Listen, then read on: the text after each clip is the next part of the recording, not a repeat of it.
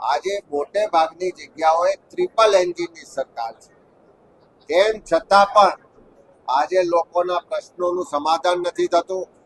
ભ્રષ્ટાચાર શિષ્ટાચાર બની ગયો છે. જે બજેટની ફાળવણીમાં ભેદભાવ થાય છે.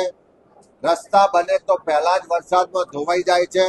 પાણીની ટાંકી બને તો ટેસ્ટિંગમાં તૂટી પડે છે. ચોમાસામાં પાણી ભરાવાના પ્રશ્નો છે, પૂર આવવાના પ્રશ્નો છે.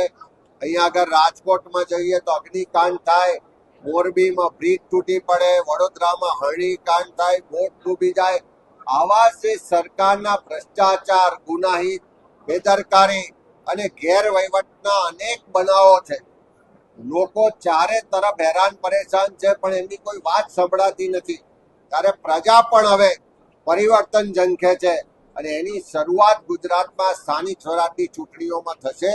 આજે જે સૌરાષ્ટ્રના તમામ જિલ્લાઓના મારા આગેવાનો, કાર્યકરો, પદાધિકારીઓ સાથે જે વિસ્તૃત સંવાદ કર્યો છે, એના પરથી હું એટલું ચોક્કસ કહું કે ગુજરાતમાં પરિવર્તન થવા જઈ રહ્યું છે અને એની શરૂઆત આ સ્થાનિક સ્વરાજની ચૂંટણીઓથી થશે.